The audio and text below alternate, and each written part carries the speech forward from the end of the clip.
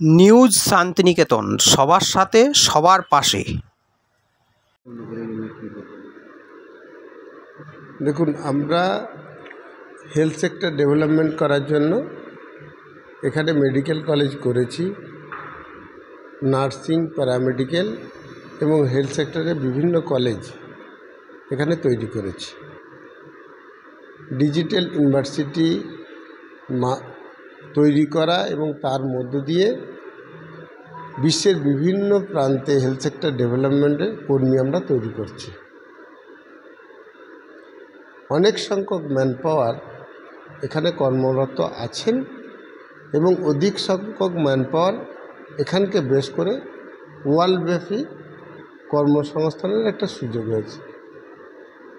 এই মানুষদের থাকার উপযোগী একটি শহর আমরা তৈরি করতে চাইছি রাজ্য সরকারের সঙ্গে সহমত এবং সহযোগিতার ভিত্তিতে, যেখানে আমাদের যারা কর্মী রয়েছেন এবং লোকাল যে সমস্ত মহিলা যুক্ত হতে চাইছেন তেনাদের যুক্ত করে এই স্বাস্থ্য উপনগরী মধ্যে 300টির মতো দোকান, 500 জন মহিলা নিয়ে একটি করে ক্লাস্টার গঠন, এইরকম 2টি ক্লাস্টার গঠন করে স্পোর্টস একাডেমি, কালচার একাডেমি এবং অনেক মহিলা এন্টারপ্রেনারকে যুক্ত করে আমরা রিক্রিয়েশন ক্লাব তৈরি এবং বিভিন্ন এনজিওকে যুক্ত করে 36টির মতো শিক্ষা প্রতিষ্ঠান এই উপনগরীতে তৈরি করতে চাইছি।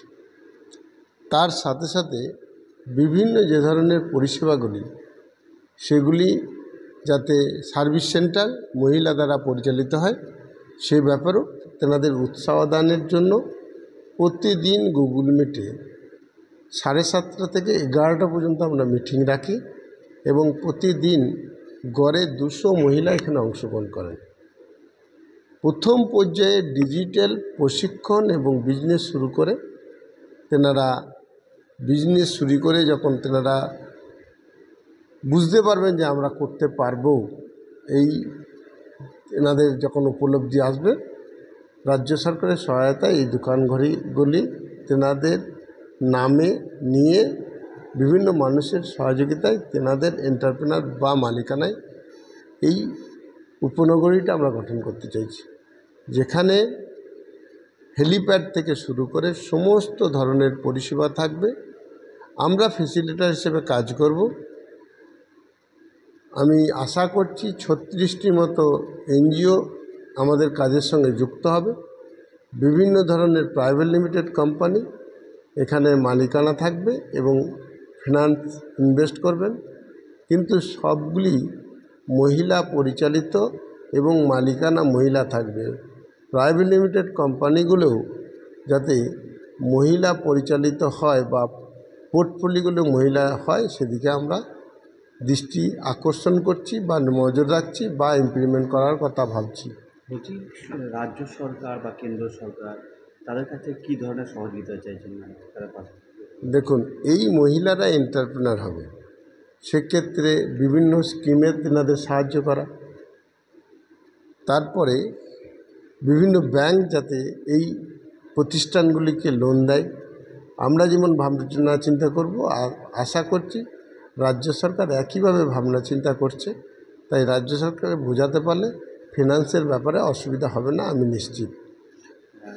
জায়গা এখন কি দেখা হয়েছে বা কতদিনের মধ্যে? জায়গা দেখা হয়েছে অলরেডি। ইলেকশনের জন্য আমরা একটু রাজ্য সরকারের সঙ্গে কথা বলতে পারিনি।